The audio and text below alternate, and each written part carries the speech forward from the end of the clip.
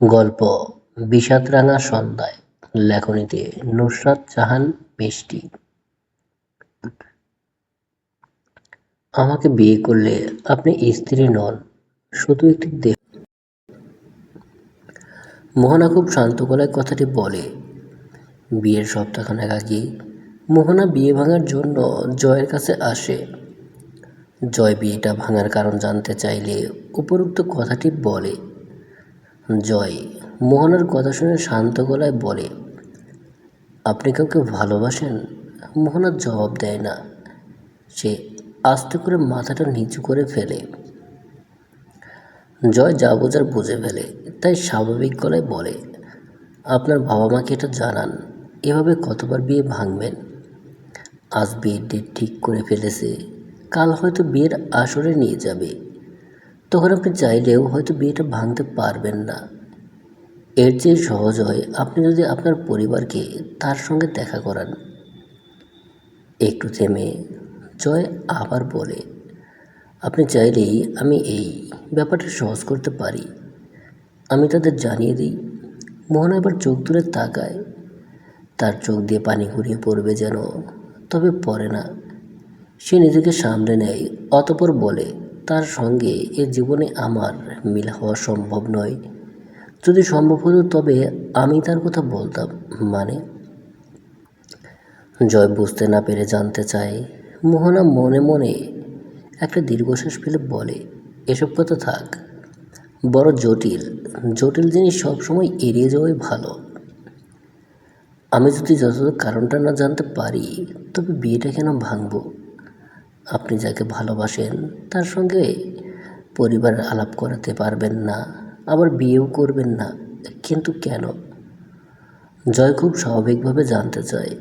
মোহনা কিছুটা সময় নিয়ে বলেন, এক কথা বললে তার আর আমার পথ আলাদা। আমরা চাইলেও এক হতে পারবো না। তাছাড়া বিষয়টা একপাক্ষিক। আর যদি বলেন বিয়ের কথা, আজ নয়তো কাল বাবা মায়ের চাপে হয়তো বিয়ে করে ফেলবো, কিন্তু বিশ্বাস করুন সেই বিয়েটা সুখের হবে না। আমি কখনোই তাকে আমার সব দিক দিয়ে গ্রহণ করতে পারবো না। আর আমাকে বিয়ে করলে সে ঠকবে বলেই আমি আপনাকে বিয়ের জন্য না করছি। আপনি দয়া করে এটা নিয়ে আর আগাবেন না। এই বিয়েটা হলে সবচেয়ে বেশি অসুখী আপনিই হবেন। জয় এবং মোহনা আরও বেশ কিছুক্ষণ কথা বলে। মোহনা স্পষ্ট ভাষায় জানিয়ে দেয় এই বিয়েটা হওয়াটা ঠিক না। মোহনার হৃদয়ের কোথাও এক বিন্দু জায়গা নেই যেখানে সে তার স্বামীকে জায়গা দিবে। জয় অবশ্য বলে, মানুষের অনুভূতি তো বদলায়। এই কথার জবাবে মোহনা ম্লান হাসি দেয়। তার অনুভূতি বদলালে সে অবশ্যই বিয়েটা করত, এমনটা বুঝিয়ে চলে আসে। মোহনা জয়ের থেকে বিদায় নিয়ে বাড়ি আসতেই তার মা তার গালে একটা থাপ্পড় বসিয়ে দেয়। রাগান্বিত গলায় বলে, এই বিয়েটাও ভেঙে দিলি? মোহনা অবাক হয় না। তার আসার আগেই যে জয় বিয়েটা ভেঙে দিবে সেই খবর তার জানা ছিল। তাই চুপচাপ গালে হাত দিয়ে দাঁড়িয়ে থাকে। তার মা রাগে দুঃখে বলে, আর কত 5টা বছর ধরে বলছি বিয়ে কর বিয়ে কর, কিন্তু না, তোর বিয়ে করার সময় হচ্ছে না, তুই বিয়ের জন্য প্রস্তুত নস। এসব বলে সময় নষ্ট করছিস, সমস্ত বিয়ে ভেঙে দিয়েছিস। এবার পাকা কথা অবধি বললাম, তাও বিয়েটা ভেঙে দিলি কেন? তোর সমস্যাটা কোথায়? আমার সমস্যা আমি তোমাকে বোঝাতে পারবো না মা। আমি শুধু এতটুকুই বলতে চাই, আমি বিয়ে করতে চাই না। তোমরা দয়া করে আমার ইচ্ছার বিরুদ্ধে আমার বিয়ে ঠিক করো না, এটা ঠিক নয়। এটা বলে মোহনা তার ঘরে চলে যায়। তার মা তার যাবার পানে তাকিয়ে দীর্ঘশ্বাস ফেলে। সে কিছুই বুঝতে পারছে না। রাতে মোহনার বাবা মা তার ঘরে আসে। না রাগ করে নয়, বরং ভীষণ শান্তভাবে তার সঙ্গে কথা বলে। মোহনার বাবা নরম গলায় বলে, তুমি কাউকে ভালোবাসো মা? আমাদের বলো, আমরা তার সঙ্গে তোমার বিয়ে দেব, আমরা তাকে মেনে নেব। জয় বলল, তুমি বলছো তার সঙ্গে তোমার মিল হওয়া সম্ভব নয়। এসব ভুজুং বাজুং কি বললে? কেন মা? আমাদের বলো সমস্যা কোথায়? মোহনা কোনো জবাব দেয় না। সে চলচল নয়নে তার বাবা মায়ের দিকে তাকায়। মোহনার মা এবার মেয়ের মাথায় হাত বুলিয়ে বলে, আমরা তো তোমার বাবা মা, তোমার সবচেয়ে আপনজন, আমাদের বলবে না? মোহনা, আমাদের সব বলো। তুমি যাকে পছন্দ করো সেই ছেলেটা কে, কোথায় তার বাড়ি, আমাদের জানাও, আমরা তোমাদের মিল করিয়ে দেব।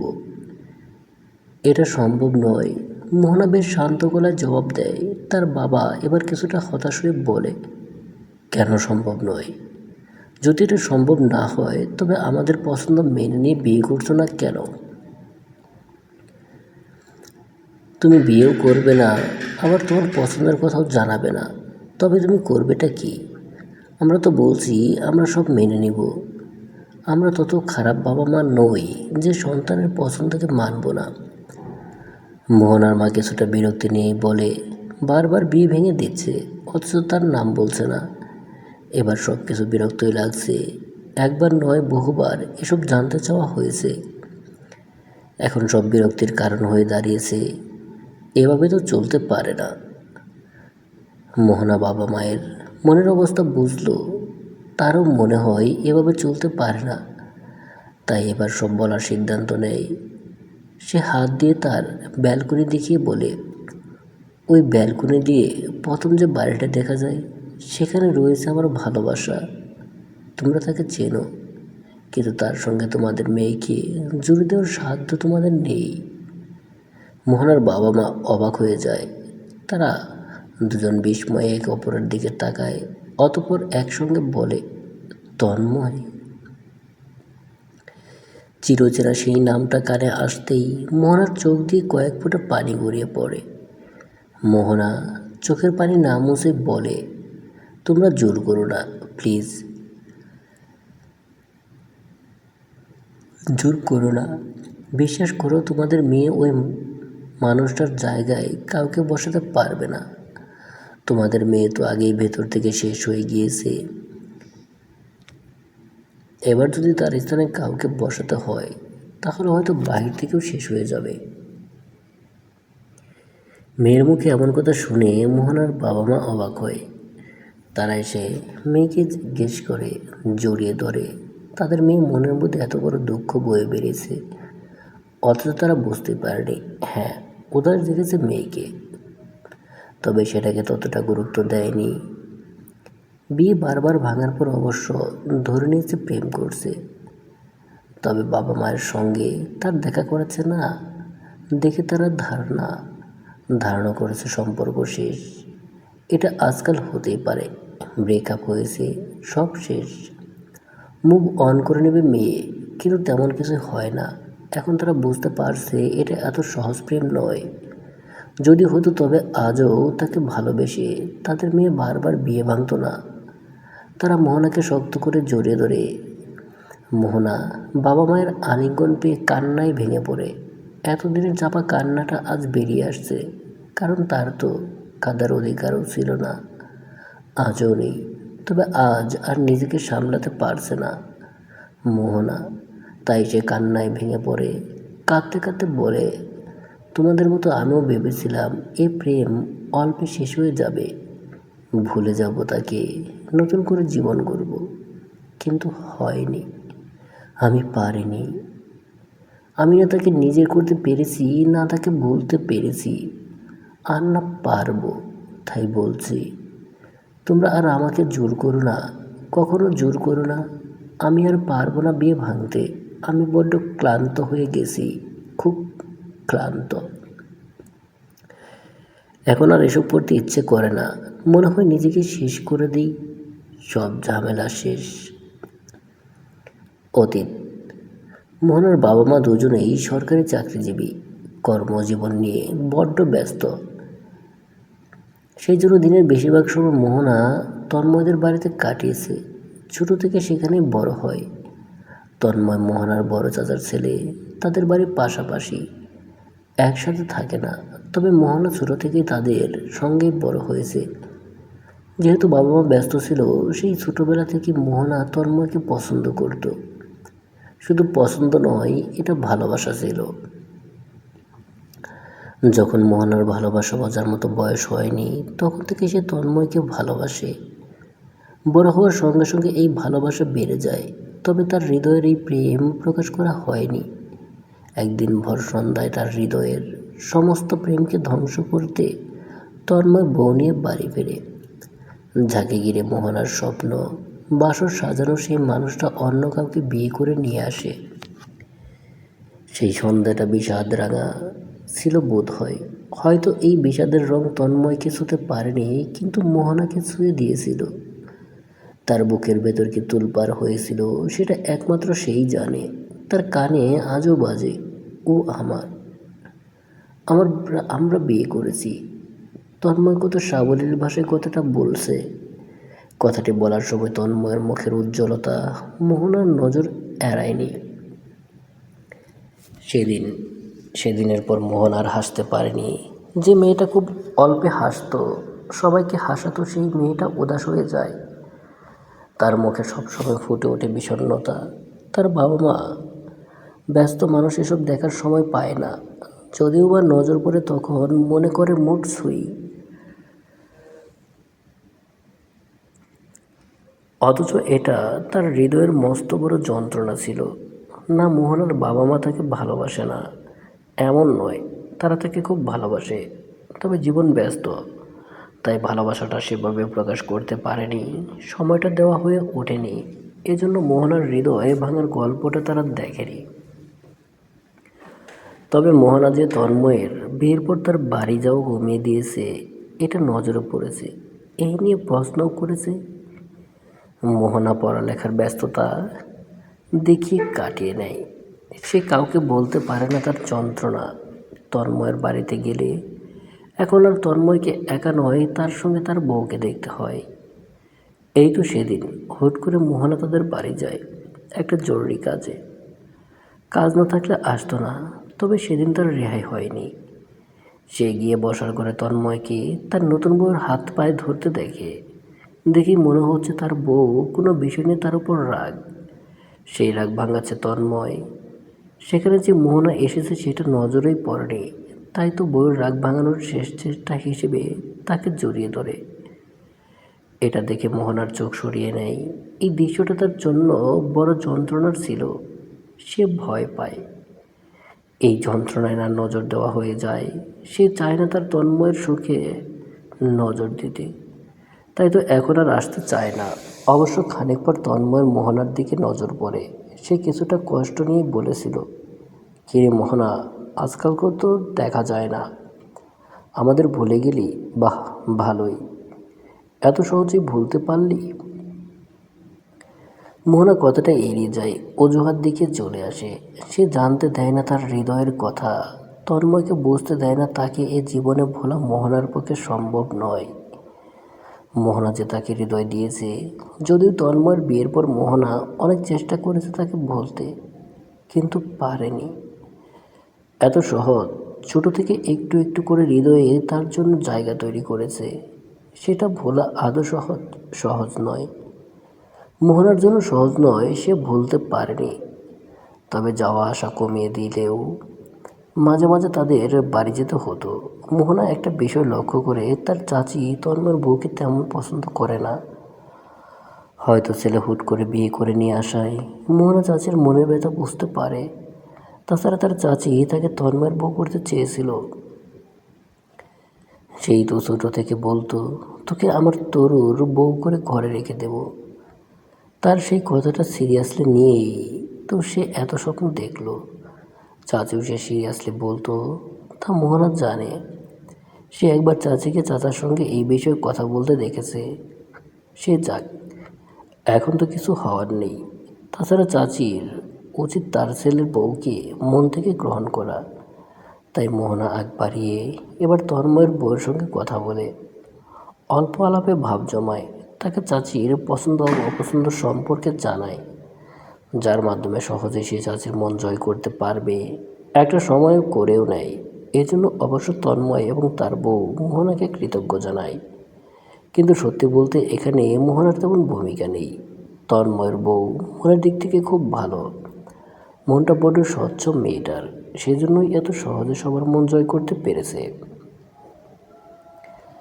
যাই হোক, তন্ময়ের নতুন জীবনের ভালোই চলছিল।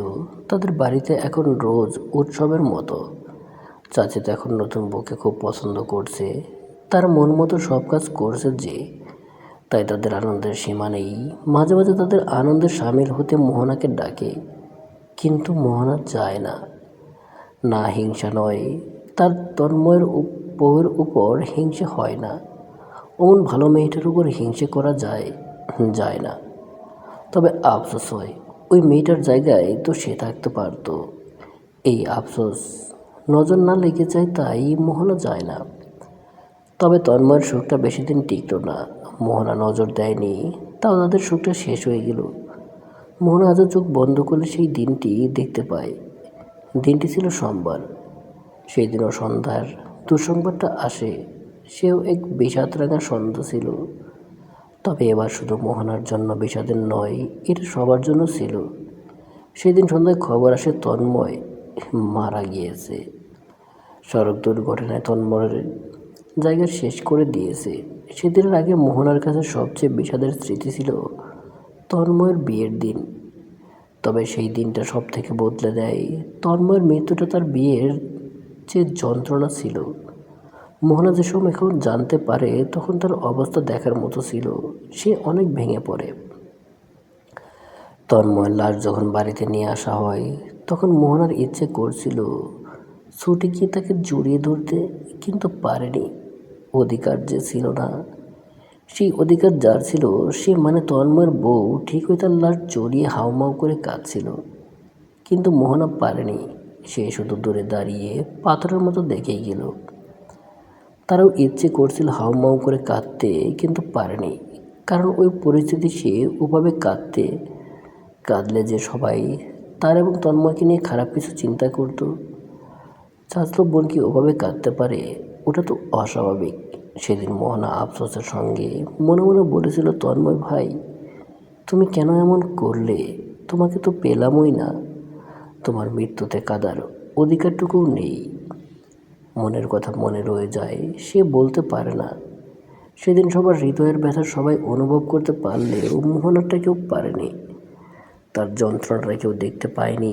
মোহনার জীবন লাশ হওয়ার খবরটা কেউ পায়নি, কেউ না। বর্তমান মোহনা বিছানায় শুয়ে চোখের পানি বিসর্জন দিচ্ছে।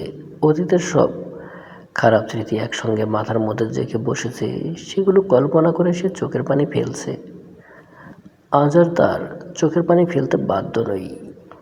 তার বাবা মা সব জানে, আজ এই চোখের পানির কৈফিয়ত দিতে হবে না।